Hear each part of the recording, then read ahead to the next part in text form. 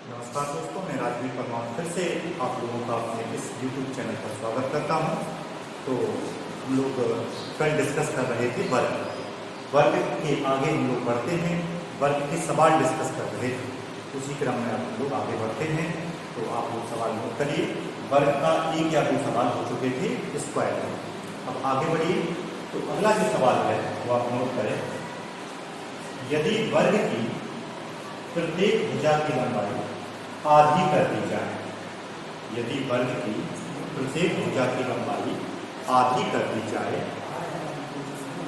तो उसका क्षेत्रफल हो जाएगा। तो उसका क्षेत्रफल हो जाएगा। ठीक है, ये आपको बताना है।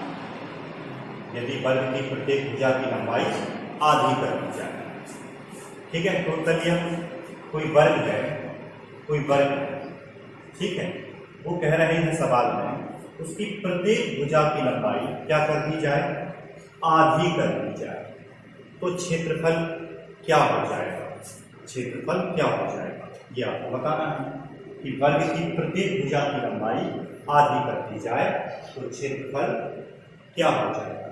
तो देखिए, पहले ना पहले भुजा की लंबाई दी है ना बाद में दी है कि पहले भुजा की लंबाई क्या है और बाद में क्या है। बस ये कह दिया है कि उसकी भुजा की लंबाई आधी कर दी जाए तो क्षेत्रफल क्या होगा। ठीक है ना।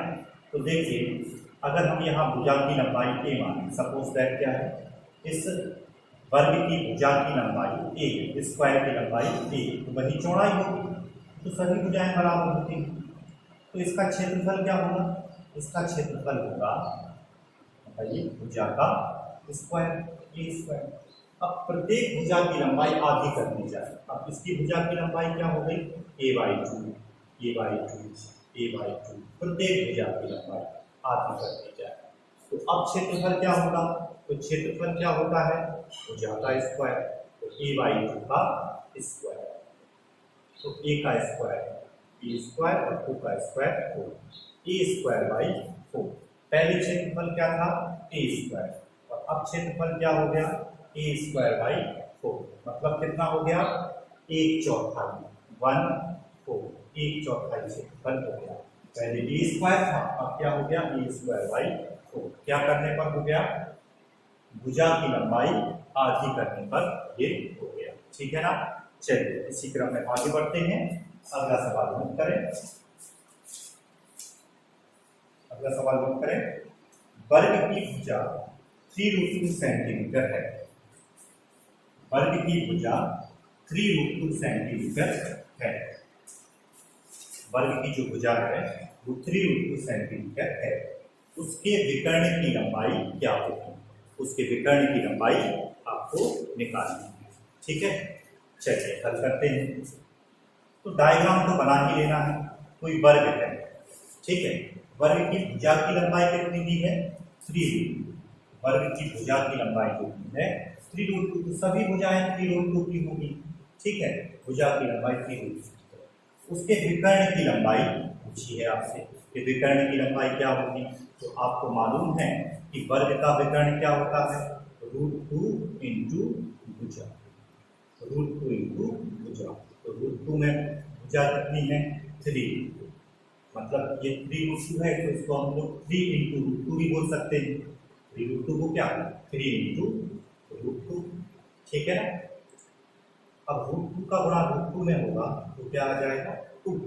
तो 2 का मल्टीप्लाई होगा 3, तो क्या आ जाएगा, 6 सेंटीमीटर।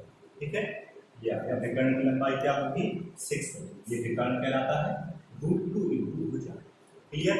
अगर हमें भुजा पता है ना तो हम तो कुछ भी निकाल लेंगे, वर्ग में क्षेत्रफल निकाल लेंगे, विकर्ण निकाल लेंगे। क्लियर हो गया। चलिए आगे बढ़ते हैं अगले सवाल पर। अगला सवाल जो है, 44,100 मीटर, 44,100 मीटर, 44,000 सवाल नोट करें, 44,000 और 100 मीटर स्क्वायर क्षेत्रफल वाले एक वर्गाकार फुटबॉल, एक वर्गाकार फुटबॉल मैदान की बाड़ के लिए कितने मीटर बाड़ों की आवश्यकता होती है। 44,100 मीटर। सवाल क्या है? 44,100 मीटर क्षेत्रफल वाला एक वर्गाकार मैदान है। वर्गाकार मैदान है। इस मैदान की बाढ़ के लिए कितने मीटर बाड़ों की आवश्यकता होगी? इस मैदान के चारों तरफ क्या लगाना है? तार लगाना है। बाड़ मतलब होता है तार, इसकी फेंसिंग करनी है। बाड़ मतलब क्या है? तार से फेंसिंग करनी है। और इस मैदान का क्षेत्रफल क्या है? 44,100 मीटर स्क्वायर। इसका क्षेत्रफल है 44,100 मीटर स्क्वायर। इसके चारों तरफ फेंसिंग करनी है। ये फुटबॉल का मैदान है। फुटबॉल का मैदान कैसा है? वर्गाकार। ये इसका एरिया गिवन बोल रहे हैं। इसके चारों तरफ बाउंड्री करनी है। तो उस बाउंड्री की लंबाई क्या है? मतलब बाड़ कहाँ लगेगी? फेंसिंग कहाँ होगी? फेंसिंग तो चारों तरफ होगी ना, तो इसकी लंबाई पूछ रहे हैं। ठीक है ना? तो देखिए इसकी लंबाई कैसे निकलेगी? जब ये भुजा निकलेगी, है ना। बाड़ की लंबाई निकालना है कि इसको बाड़ करने में कितने तार की आवश्यकता होगी, फेंसिंग करने में कितने तार की आवश्यकता होगी, तो परिमाप के बराबर। और परिमाप क्या होता है? परिमाप होता है भुजा इंटू फोर। वर्ग का परिमाप क्या होता है? भुजा इंटू फोर। मतलब अगर हमें भुजा मालूम चल गई तो तार की लंबाई निकाल लेंगे। तो ऐसे में क्या करते हैं, जो दिया हो उसी का फॉर्मूला हम लोग अप्लाई करते हैं। क्षेत्रफल दिया है तो क्षेत्रफल का फॉर्मूला। क्षेत्रफल क्या होता है? भुजा का स्क्वायर बराबर 44100। तो भुजा बराबर क्या हो जाएगा? बताइए। 44100 का क्या स्क्वायर? तो क्या निकलेगा? 210 मीटर। इस भुजा की लंबाई क्या है? 210 मीटर। तो ये भी 210 मीटर होगा, ये भी 210 मीटर। परिमाप क्या हो जाएगा? 210 गुणा 4, 840 मीटर। 840 मीटर आपको तार की आवश्यकता होगी। क्लियर हो गई बात? चलिए अगले सवाल पर बढ़ते हैं। जैसे ही आप लोगों को सवाल नोट करना चाहिए, तुरंत आप वीडियो को पॉज कर दीजिए और तुरंत उसका स्क्रीनशॉट ले लीजिए। ठीक है ना? चलिए आगे बढ़ते हैं।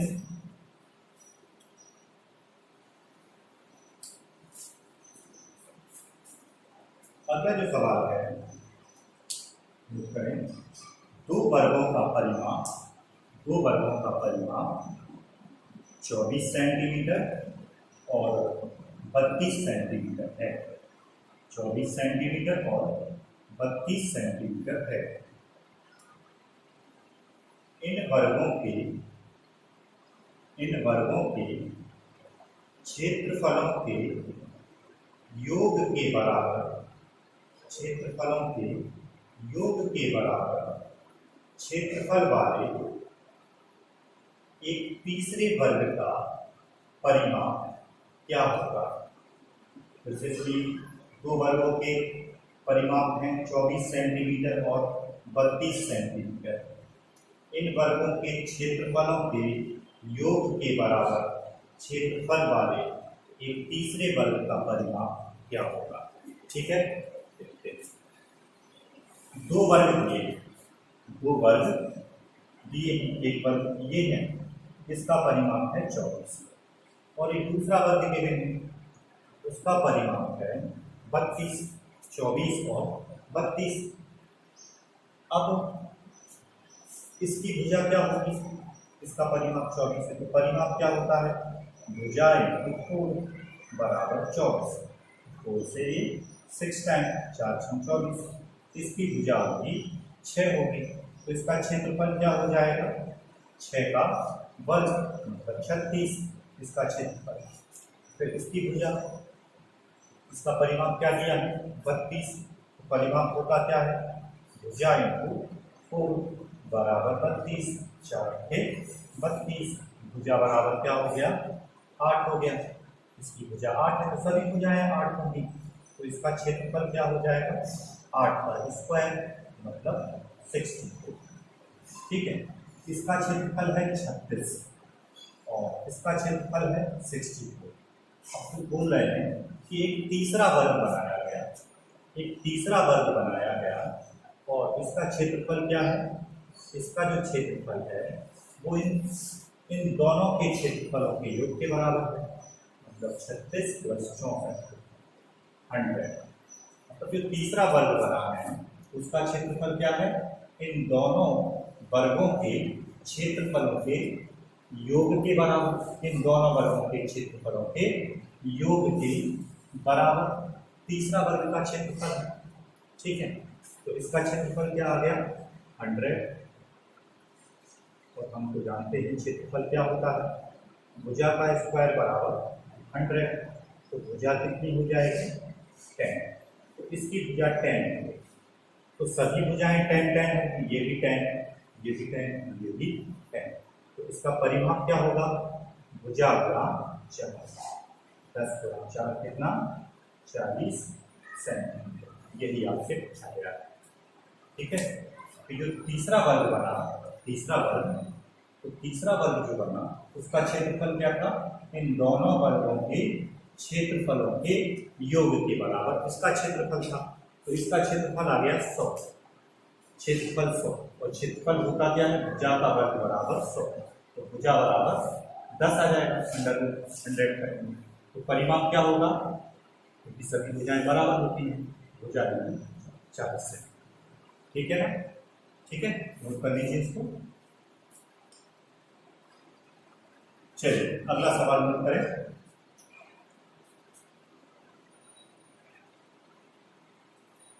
किसी वर्ग का विकर्ण 4√2 सेंटीमीटर है। अगला सवाल नोट करें, किसी वर्ग का विकर्ण 4√2 सेंटीमीटर है, 4√2 सेंटीमीटर, किसी वर्ग का जो विकर्ण है वो 4√2 सेंटीमीटर है।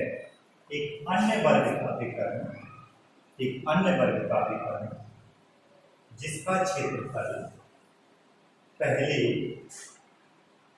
वर्ग के क्षेत्रफल का 2 गुना है, 2 गुना है, निम्न है, मतलब क्या है। फिर से सुनिए सवाल, किसी वर्ग का विकर्ण 4√2 सेंटीमीटर है, ठीक, एक अन्य वर्ग का विकर्ण मतलब निकालना है जिसका क्षेत्रफल क्या है, पहले वर्ग के क्षेत्रफल का 2 गुना, ठीक है, वो आपको निकालना है। चलिए, किसी वर्ग का विकर्ण, अब हल देखिए, किसी वर्ग का विकर्ण दिया हुआ, इसका विकर्ण दिया है 4, ये विकर्ण कहलाता है। फिर बोल रहे हैं एक अन्य वर्ग, एक अन्य वर्ग जो है उसका क्षेत्रफल क्या है, उसका क्षेत्रफल इसके क्षेत्रफल का 2 गुना है। तो पहले तो इसका क्षेत्रफल निकालना पड़ेगा ना, तो इसका क्षेत्रफल कैसे निकलेगा, भुजा का वर्ग, तो भुजा चाहिए है, तो भुजा कैसे मिलेगी, जो दिया है इसी का फॉर्मूला लगा दीजिए। तो विकर्ण होता क्या है, √2 इंटू भुजा बराबर 4√2 से √2 कैंसिल, भुजा कितनी हो गई है 4, भुजा 4 हो गई। तो इसका क्षेत्रफल क्या होगा 16, इसका क्षेत्रफल क्या होगा, भुजा का वर्ग 4 का वर्ग 16, ठीक है। तो अब इसका क्षेत्रफल क्या हो जाएगा, एक अन्य वर्ग, अन्य वर्ग का हमें विकर्ण निकालना है, अन्य वर्ग का विकर्ण निकालना है, और इसका क्षेत्रफल क्या है, इसके क्षेत्रफल से 2 गुना। तो इसका क्षेत्रफल क्या हो जाएगा, ये 16 है ना, तो 16 का गुना क्या होगा 32, और हम जानते हैं कि क्षेत्रफल तो होता है भुजा का वर्ग बराबर 32, तो भुजा बराबर क्या हो जाएगा √32, इसको हम क्या लिख सकते हैं 16 इंटू 2, ठीक है। तो 16 का वर्ग क्या निकलेगा 4, और ये 2, तो इसकी भुजा क्या आ गई 4√2 आ गई, इसकी भुजा 4, और हमें क्या निकालना है, इस वर्ग का विकर्ण निकालना है, इस वर्ग का विकर्ण क्या होगा, तो इसका विकर्ण क्या होगा, विकर्ण होता है √2 इंटू भुजा, और भुजा कितनी आ गई है 4√2, 4 इंटू √2 भी लिख सकते हैं, 4√2 को 4 इंटू √2, तो √2 का गुणा √2 में किया तो 2 आ जाएगा, 2 का 4 में 8, ठीक है ना।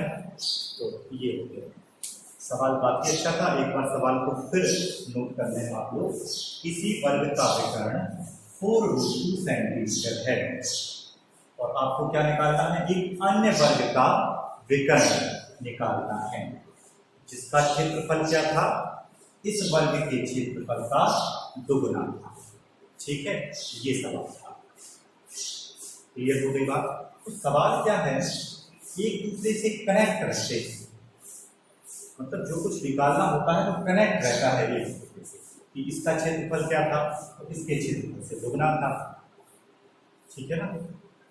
और जो दिया है उसी का फॉर्मूला लगाते जाएंगे। तो क्षेत्रफल आ गया, क्षेत्रफल का ही फॉर्मूला लगा दिया। भुजा आ गई, अब भुजा